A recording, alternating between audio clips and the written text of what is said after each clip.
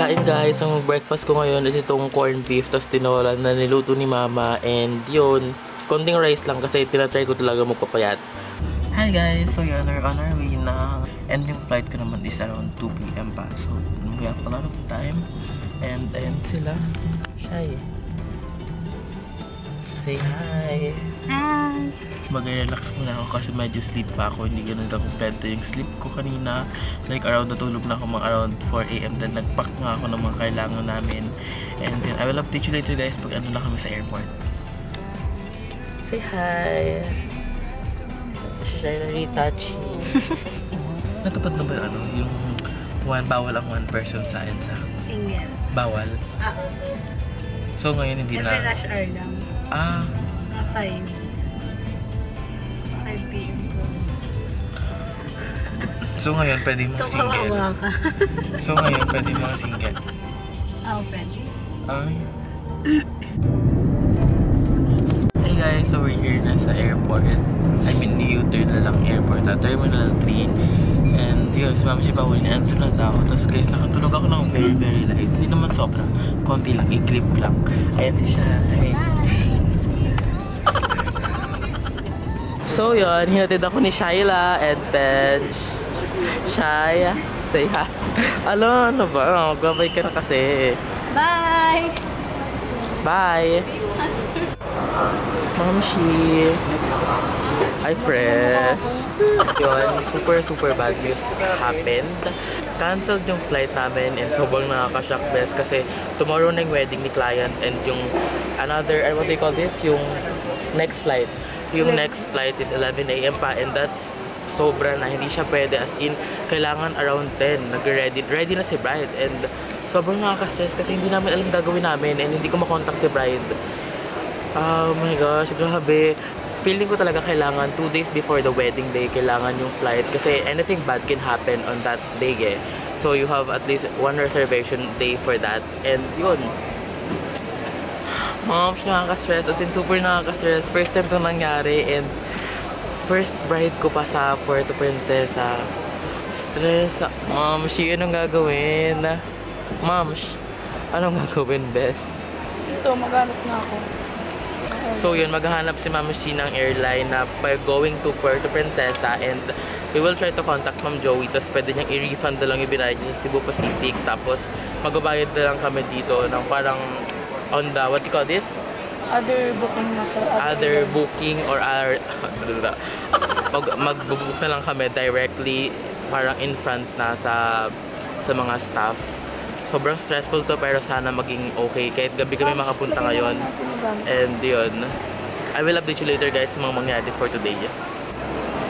So yun guys, nag-aantay pa rin kami, ginagawa namin yung best, like nagbubuk kami ng mga kung ano-ano dito. I mean, nagtitigin ng mga bookings na available or kahit connecting flight para lang matuloy yung flight today. Kasi ang hirap talaga guys. Tapos ayun si Mamshi, pupila siya dyan para kausapin ulit yung sa Cebu Pac if ever na baka matuloy ulit naman. So ayan, iniikot na namin lahat, Mamsh, para matanong talaga kung may available na flight kahit isingit kami para lang matuloy kasi nakakaiyak yung nangyari today. Ayun si Mamshi, go siya. As in lahat talaga tinanungan niya na. Hi guys, so yun, we're here sa Philippine Airlines para i-check kung anong mayroong available na slot.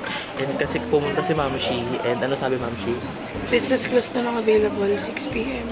6 PM, and nabigyan naman ako doon ng chance, ma'am. Super happy ako doon na mayroong slot for 6 PM. And yun nga lang, business class medyo mahal, pero sabi ni bride, anything will do basta makarating kami on that day.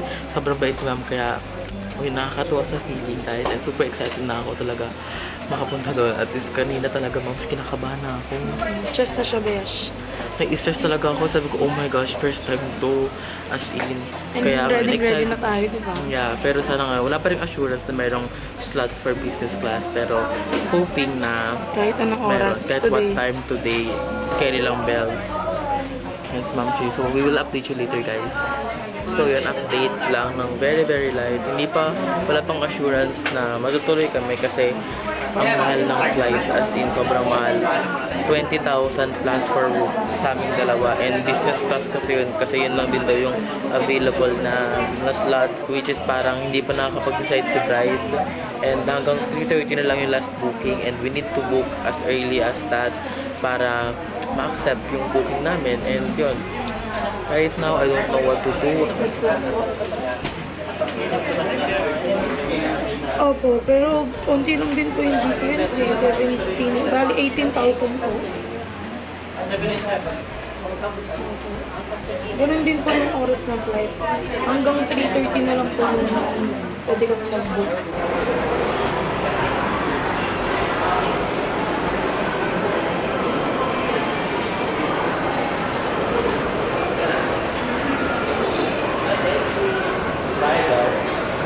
Hindi natuloy yung wedding namin tomorrow kasi nakakaiyak, pero we need to accept that kasama sa life yung mga ganyan, it's challenge, and we need to accept na hindi lahat is perfect talaga. So yun, sabi ni bride na ituloy lang namin yung flight, tomorrow na lang kami umalis dito sa first flight, tapos magpasya na lang daw, which is for me parang I want to, pero syempre andyan si Papa kasi iniisip ko rin, syempre hindi ko rin siya pwedeng iwan ng matagal.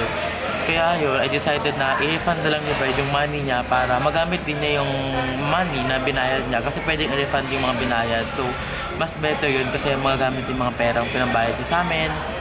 And yun, medyo nakakasad, like nakakasad talaga nang hinayang si Ma'am Sue. Wala yun. Work to struggle. Pero okay lang. Kasi naman masira yung makeup mo. Yeah. As in, if ever kasi i-push namin, kaya naman siyang ma-push, pero